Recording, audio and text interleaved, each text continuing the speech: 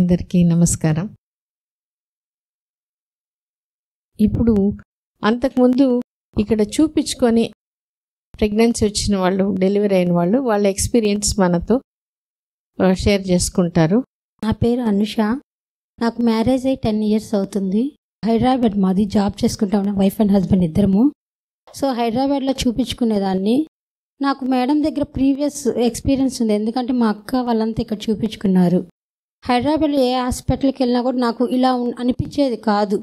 ఆ ట్రీట్మెంట్ ఏంటంటే హాస్పిటల్కి వెళ్ళటము, వాళ్ళు ఏదో చెకప్ చేయటము, పంపించటం అనేది కానీ పాజిటివ్గా ఏది ఉండేది కాదు.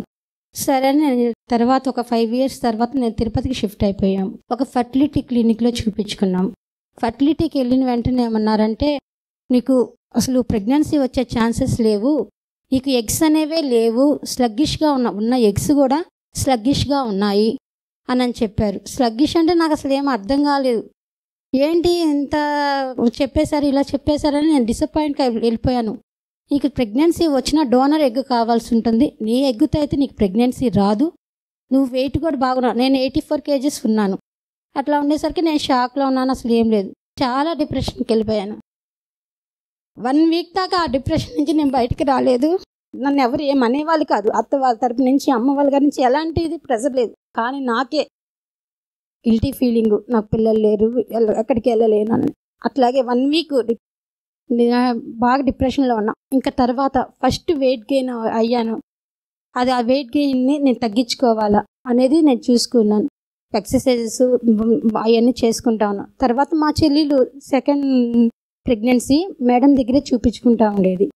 మేడం దగ్గరికి వచ్చిన తర్వాత ఒక్కసారి మేడం దగ్గర చూపించుకో అని అన్నారు. అనిన తర్వాత నేను మేడం దగ్గర చూస్తే ఒకసారి స్కానింగ్కి వెళ్ళి రమ్మా అని అన్నారు. స్కానింగ్ చేసిన వెంటనే దాంట్లో ఎగ్ ఉంది. ఆ ఎగ్ చూపించి, మేడము నీకు అసలు ఎవరు చెప్పారు, నీకు చూడు ఎంత బాగుంది అనంగాలే, ఇప్పుడు ఏడ్చాను చూడండి, దానికి 2 ఏడ్చాను నేను. అప్పుడు నాకు అసలు ఎగ్సే లేవన్నారు కదా మేడం, ఇట్లా ఎగ్ ఎలా వచ్చింది ఇదంటే, నీకు ఉందమ్మా, నీకు బాగా వస్తుంది ఇదంటే. ఇది ఇక్కడండి ఇంత పాజిటివ్గా ఇంత వస్తుంది అనే నమ్మకం ఒక తల్లి కూడా కలిగిస్తుందో లేదో కొంచెం డౌట్ ఉందో తెలియదు, కానీ మేడం దగ్గర నాకు కంప్లీట్గా నమ్మకం అనిపించేసింది. అంటే నాకు ప్రెగ్నెన్సీ వస్తుంది అనే నమ్మకం నాకు అప్పుడు ఏర్పడింది. ఇంకా నాకు ఏమనుకున్నా అంటే, ఇంకా నాకు వచ్చేసింది, ఎప్పటికప్పుడు అది నిలబడిపోతుంది. ఇంకా మేడం ఏం చెప్పేది వినలేదు నేను. మేడం ఐఏకి వెళ్ళిపోదాం నేనే చెప్పేస్తా ఉన్నాను. మేడం చెప్పట్లా, ఇది కాదమ్మా అని కూడా నాకేం చెప్పలేదు. తర్వాత ప్రాసెస్ కూడా తర్వాత మళ్ళీ వచ్చిన తర్వాత, మేడం మీ ఇష్టం మేడం, మీరు ఎలా చేయించుకుంటే అలా చేయించుకుంటానని చెప్తే, మేడం ప్రకారం నేను మేడం ఎలా చెప్తే అలాగా తిరుపతి నుంచి వస్తూ ఉండేదాన్ని, వచ్చి చేస్తూ ఉండేది. డైట్ అవన్నీ ఫాలో అవుతూ ఉండేదాన్ని. 1.5 yearలో నాకు నిలబడిపోయింది. ప్రాబ్లం ఏం లేదు. మేడం చాలాసార్లు నాకు అదే డౌట్, నాకు ఎగ్గు లేదు లేదు లేదు లేదని అదే డౌట్తో ఉండేదాన్ని. మంత్ వచ్చేటప్పుడల్లా నాకు ఎగ్స్ అయిపోతున్నాయేమో అదే డౌట్ ఉండేది. అప్పుడు మేడం ఒక గూగుల్లో ఒకటి సెర్చ్ చేసి, ఎగ్స్ అనేది ఎప్పుడు అవ్వమ్మా, ఒక స్త్రీలో ఇన్నని ఉంటాయి, నీకు అదంతా ఏం ప్రాబ్లం లేదు, నువ్వు ఆ డౌట్నే తీసేసేయనని చెప్పారు. అప్పుడు ఆ ధైర్యం వచ్చి, ఇంకా ఎప్పుడు వచ్చినా పర్లేదు నాకు వస్తుంది. మేడం ఒకటి చెప్పేవాళ్ళు, నువ్వు ఒక మంచి మదర్వి, నువ్వు బిడ్డను తీసుకోవటం కోసం నువ్వు మంచిగా చేస్తున్నావు, చెప్పుకుంటున్నావు, నీ బిడ్డను నువ్వు పిలుచుకుంటున్నావు అని.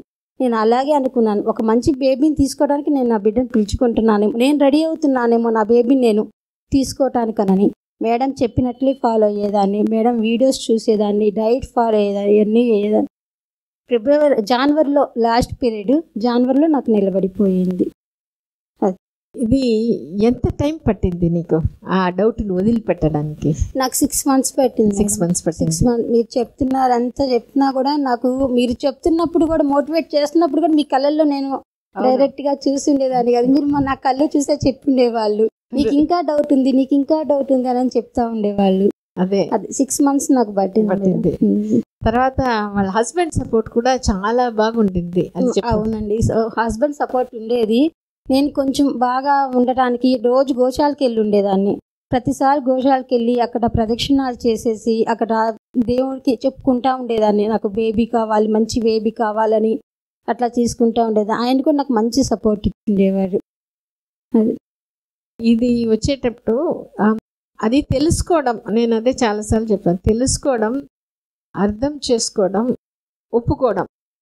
ఒక డౌట్ వచ్చేసిందంటే ఆ డౌట్ నుంచి బయటకు రావడం మనకి మనసులో, బాడీలో, ఫీలింగ్లో, ఎనర్జీలో, ఆ బాడీలో ఫీలింగ్లో మార్పు రావడానికి ఇక్కడ వచ్చిన తర్వాత కూడా కొంత టైం అవుతుంది. ఇప్పుడు మనం ఫ్యాన్ ఫుల్గా పోతే స్విచ్ ఆఫ్ చేసినా కూడా స్లోగా అయ్యి అప్పుడే ఆగుతుంది. అట్లా ఆ నెగటివిటీ పోయి మన మైండ్లో పోతే బాడీలో వచ్చేదానికి ఆ టైం అవ్వడం మనకేంటంటే, ఇప్పుడు లాజిక్ పీపుల్ ఎట్లా చెప్తారు, బాగుంటే రావాలి కదా, రాలేదు కాబట్టి ఇంకా రాదు, ఇంకా ఇది కష్టం, దానివల్ల ఉపయోగం లేదు, ఇది ఏంటంటే ఇది పని చేసే తీరు, ఇది దానికి మనల్ని ఫస్ట్ ఒప్పుకోవాలి. ఇక్కడ ఏంటంటే అది జరిగే ముందు నమ్మాలి. ఎందుకు నమ్మాలి? Based on it's performance. ఇప్పుడు పొగ ఉంటుందంటే ఎక్కడో నిప్పు ఉంది, అట్లా అందుకనే పొగ వచ్చింది. అట్లా ఇంతమందిని ఈ గర్భసంచి తీసుకొని వచ్చింది, మనిషి పుట్టినప్పటి నుంచి తీసుకొస్తుంది. తర్వాత ఇట్లా కొంతమందిని చూసేస్తున్నాను నేను ఆల్రెడీ. ముట్లు పూర్తిగా ఆగిపోయింది, 10 years ఆగిపోయింది. అంత టెన్షన్, అంత బాధలో ఉండే ఆమె ఎప్పుడు ఆ బాధ వదిలిపెట్టి సంతోషపడి 3-4 నెలలు గట్టిగా దాని గురించి వదిలేసి అట్ ది ఏజ్ ఆఫ్ 40 ఆమె కన్సీవ్ అయింది, బిడ్డని తీసుకునిద్ది. అట్లాంటి వాళ్ళని అంతా ఒక 2-3 చూసేస్తున్నాను కాబట్టి ఈ గర్భసంచి మనం చెప్పగానే అది ఆగిపోవడం అటువంటిది లేదు.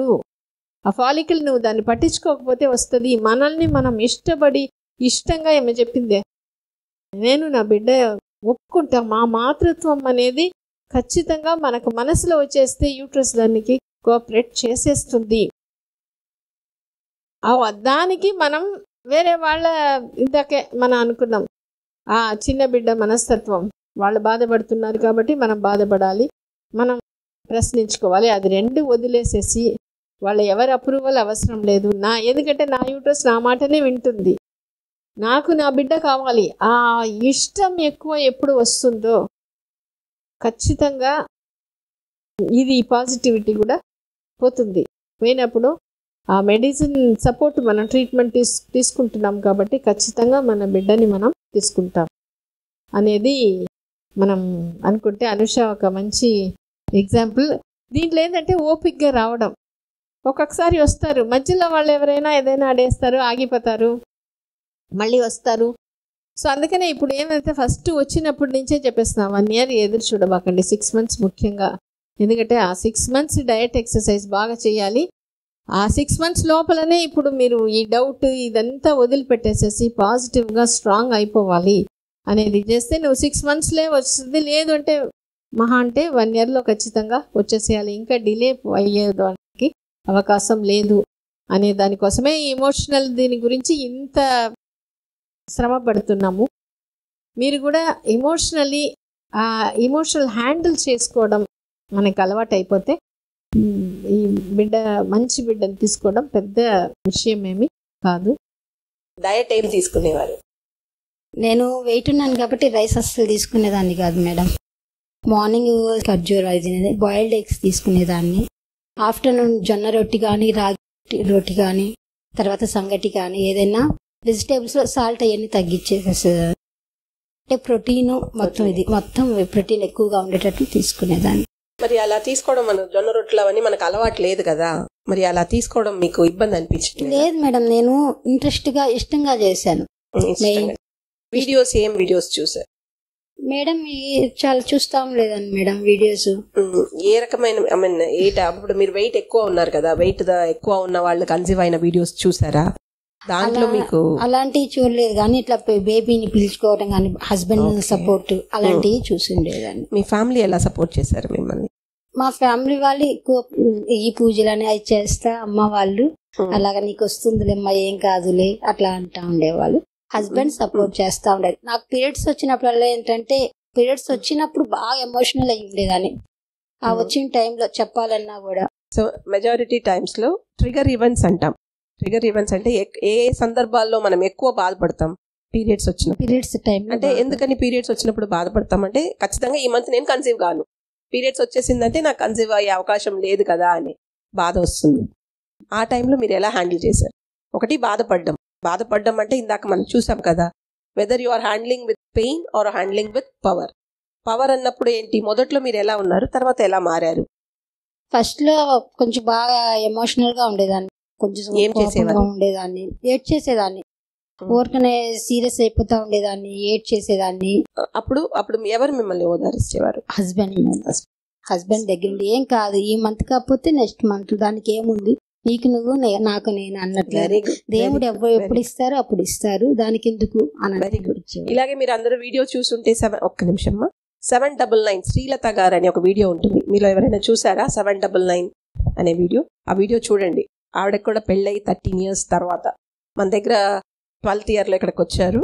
తను వచ్చినప్పుడు ఐయుఐ కూడా చేసుకున్నారు, ట్రీట్మెంట్ తీసుకున్నారు. ఐయుఐ చేసినప్పుడు కూడా ఫెయిల్ అయ్యింది. ఫెయిల్ అయ్యేటప్పటికి తను చాలా బాధపడి ఇంకా నాకు పిల్లలు పుట్టరు అని గదిలోనే ఉండిపోయారు. ఇంకా బయటికి రాకుండా తనని తనే శిక్షించుకున్నారు. అలా ఉన్నప్పుడు 1 month అలా ఉండేటప్పటికి వాళ్ళ హస్బెండ్ వల్ల కాలేదు. ఎంత చెప్పినా తను బయటికి రాలేదు, ఎవరితో మాట్లాడలేదు, ఏడుస్తూనే ఉన్నారు. వాళ్ళ హస్బెండ్ చెప్పారు, చూడు ఇలా నిన్ను నువ్వు శిక్షించుకొని నువ్వు నరకము అనుభవిస్తూ నన్ను నరకంలో నెట్టుతున్నావు, దయచేసి అవన్నీ వద్దు, నీకు నేనున్నాను. ఇప్పుడు ఇందాక మేడం ఏమన్నారు, అనుష గారు ఏమన్నారు, అదే మాట అన్నారు. నీకు నేనున్నాను, నాకు నువ్వు ఉన్నావు, పిల్లలు నువ్వే నాకు ఇంపార్టెంట్ అన్నారు. ఆ ఒక్క వర్డ్ హస్బెండ్ అప్పుడు వరకు ఆ వర్డ్ చెప్పలేదు. నువ్వు ఉన్నావు నాకు, నువ్వు ఉంటే చాలు నాకు, పిల్లల తర్వాత అనే మాట చెప్పారు. 1 month గదిలోనే ఉన్న ఆవిడ బయటకు వచ్చి ఇంకా సరేలే ఇంకా వదిలిపెట్టేద్దాం అని చెప్పేసి 1 month కన్సీవ్ అయ్యారు.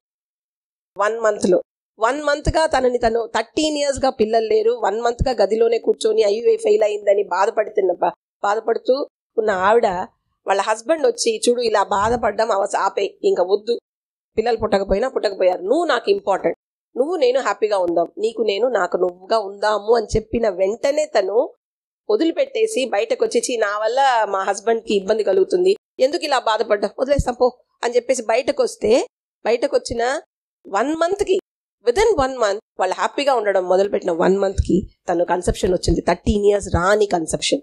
దట్ ఈస్ వాట్ మేడం మళ్ళీ చెప్పడం. యూట్రస్ మీ మాటని వింటది ఎప్పుడు మీరు ఎమోషనల్ గా డిస్టర్బెన్స్ లేకుండా హ్యాపీగా ఉన్నప్పుడు. యూట్రస్ తన పనిని తను చేస్తుంది. Thank you. చెప్పండి అమ్మా, మీరు చెప్పండి, మీకు ఎలా అలా ఆ మిరకల్ మూమెంట్, అంతే కదా, అదే మేడం అంటూ ఉంటారు. ఆ మిరకల్ మూమెంట్ మీ లైఫ్ లో ఎప్పుడు కలిగింది, ఎప్పుడు కన్సెప్షన్ వచ్చింది మీకు, ఏం చేసిన తర్వాత? ఏం లేదు, మనం ఇక్కడ చూపించుకుంటా ఉండేదాన్ని, మనతో వచ్చినప్పుడు కొంచెం అట్లా అనుకుంటుండేవాళ్ళని, మేడం చెప్తా ఉండేవారు. ఒకసారి జ్యోతి మేడం అన్నారు, ఏమంటే నువ్వు ఇంత చేంజ్ అయ్యావు, నువ్వు వెయిట్ గెయిన్ అయిపోయి తగ్గావు, 8 loss అయ్యావు, అంతా అయిపోయావు, అంతా కరెక్ట్ గా ఉన్నాయి, అలాంటిది నువ్వు ప్రెగ్నెన్సీ గురించి ఎందుకు ఆలోచిస్తున్నావు, ఇదిగో నువ్వు సాధించలేవాను. అది కరెక్టే మేడం అంటుండేవాళ్ళు, బాడీలో ప్రెగ్నెంట్ యుట్రస్ అనేది కదా నీలో ఉండేదే కదా, నీ మాటే వింటుంది అనేది. అది నాకు స్ట్రైక్ అయ్యింది. అప్పుడు అవును, నేను ఇన్ని మార్చుకున్న దాన్ని నేను ప్రెగ్నెన్సీ ఎందుకు తెచ్చుకోను, యుట్రస్ నా మాట ఎందుకు వినదు అనేది అది అలా అలా అది స్ట్రాంగ్ అయిపోయింది. ఎప్పుడైనా రాని అన్నట్లు యూట్రస్ కి ఏం చెప్పుకునేవారు, నువ్వు బాగా పనిచేస్తావు అని చెప్పుకునేది. తలనొప్పి వచ్చినప్పుడు మన తలనొప్పి ఈజీగా తగ్గించుకుంటున్నాము, అది ఎందుకంటే అది మన తలనొప్పి మనకే తెలుస్తుంది కాబట్టి. అలాగే యుట్రస్ కూడా మనం కరెక్ట్ ఎందుకు చేసుకోలేము, అది మన మాట వింటుంది అనేది నాకు బాగా అర్థమైంది మేడం. Very good. అప్పటి నుంచి నేను కొంచెం ఫ్రీగా అయిపోయాను. అలా తెలుసుకోవడానికి ఎంత టైం పట్టింది? 6 months పట్టింది మేడం. 6 months పట్టింది. అది ఎప్పుడైతే వదిలేసానో కొంచెం ఫ్రీగా ఎప్పుడైనా రాని అనేది ఉన్నాను. ఇది ఇంకా ఇది డైట్ చేస్తాము, చేసేవారా వాకింగ్, అది కూడా ఇష్టంగా చేసిండేదాన్ని. అది అండర్లైన్ పాయింట్, అది ఇష్టంగా చేసేదాన్ని, పని ఇష్టంగా చేయడం. వాకింగ్ కానీ యోగా కానీ ఇష్టంగా జాలీగా చేసేదాన్ని, ఎంజాయ్ చేసేదాన్ని. మార్నింగ్ లైట్ ఇట్లాగా చేసుకుంటూ చేసేది.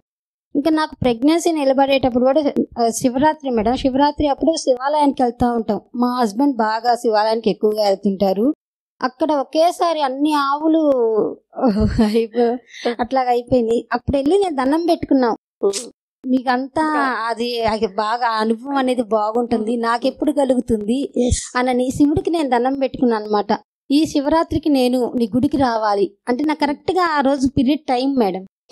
అంటే రాకపోతే నేను వెళ్తాను కదా, అందుకని ఈ శివరాత్రికి నేను మీ దగ్గరికి రావాలి అని. అట్లాగే మేడం శివరాత్రికి ఎందుకో తెలియదు నాకు అంత ప్రెజెంట్ గా అనిపించింది ఆ రోజు ఈషా అది పెట్టుకున్నాను టీవీలో. మా హస్బెండ్ వచ్చి రుద్రాభిషేకం అవన్నీ చేపించుకుంటా ఉన్నారు. నేను ఇంట్లో కూర్చొని కళ్ళు మూసుకొని 1 hour అట్లాగే మెడిటేషన్ లో ఉన్నాను.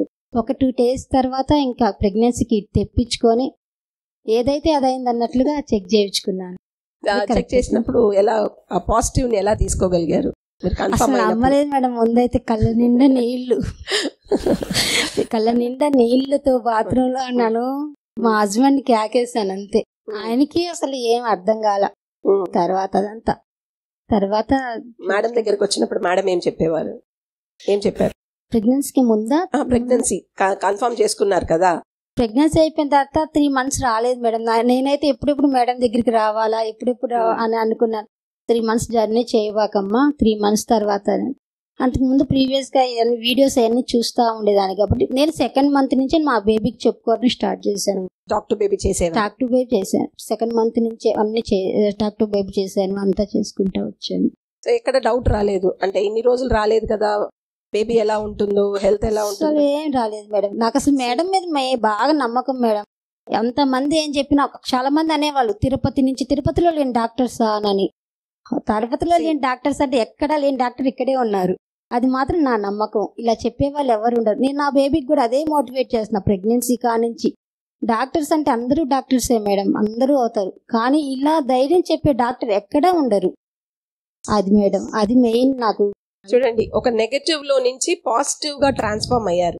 నెగటివ్ లో ఉన్నప్పుడు డౌట్, ఎక్స్పెక్టేషన్స్ ఎక్కువ ఉండింది. ఎప్పుడైతే పాజిటివ్ అయ్యారో, ఈ బేబీ నాకు వస్తుందా రాదా అనే పీరియడ్స్ వచ్చిన ప్రతిసారి బాధపడే అనుష గారు ఒకసారి కన్ఫర్మ్ అయిన తర్వాత ఆ బేబీ యొక్క హెల్త్, బేబీ ఎలా ఉంటుందో అటువంటి భయాలు లేకుండా హాయిగా డెలివరీ చేసుకున్నారు. ఇంకొక పాయింట్ మేడం, మా హస్బెండ్ అయితే అసలు ఇక్కడ ఇష్టపడలేదు రావటానికి ఫస్ట్. ఎందుకంటే ఎవ్రీ మంత్ రావాలి కదా, చెకప్ చేయించుకోవాలి కదా, ఇక్కడెక్కడ చేయించుకుందాము అని హైదరాబాద్ లో ఉన్న కాడ నుంచి ఇదే అంటుండేవాడు. ఫస్ట్ ఎప్పుడైతే ఇక్కడ వచ్చామో, ఇక్కడ సిస్టర్స్ కానీ డాక్టర్స్ కానీ రిసీవింగ్ అది చూసి ఇంత పాజిటివ్ గా ఉంది, వైబ్రేషన్స్ కూడా పాజిటివ్ గా ఉన్నాయి, ఇక్కడ చాలా బాగుంది, అప్పుడు ఆయన దీనికి విల్లింగ్ అయ్యారు madam. So thank you. Me parents ఎలా తీసుకున్నారు? మా పేరెంట్స్ అందరూ అక్క కానించి ఇక్కడే కాబట్టి వాళ్ళంతా ఇక్కడే చూపించుకోమన్నారు మేడం. మా హస్బెండ్ ఒప్పుకోవాలా. ఫస్ట్ నుంచి స్టార్టింగ్ నుంచి వాళ్ళ మ్యారేజ్ అయిన కానీ ఇక్కడే చూపించుకోండి అన్నారు. హస్బెండ్ లాంగ్ జర్నీ చేయాలా, అంత దూరం నుంచి కదా అని చెప్పి ఒప్పుకోవాలా. సో అన్ని సినిమా అంతా అయిపోయిన తర్వాత ఫైనల్ గా అంత శుభం కార్డు వేసినట్టుగా తను ఫైనల్ గా ఇన్ని కష్టాల తర్వాత తను ఒక 6 months ఎక్స్పెక్టేషన్స్ అంతా పెట్టుకొని ఎక్స్పెక్టేషన్స్ ని వదిలిపెట్టిన తర్వాత అంత శుభం కార్డు లాగా మంచిగా హ్యాపీగా ఒక బేబీకి పాప ఒక మంచి పండంటి పాపని తీసుకున్నారు అనుష గారు. All the best. మీరందరూ కూడా అలాంటి ఒక మంచి బిడ్డని మేడం అంటున్నారు. ఒక మెరుగైన సమాజం కోసం మనం అందరం ప్రయత్నిస్తున్నాం. దాంట్లో మీ వంతు కృషి మీరు చేయండి. డెఫినెట్ గా మీ అందరికీ మంచి బిడ్డగా, ఆరోగ్యంగా, ఐశ్వర్యం అన్నిటితో పాటు మంచి మనసుతో, మంచి హృదయంతో మంచి బిడ్డల్ని మీరు తీసుకుంటారని కోరుకుంటున్నాం. Thank you.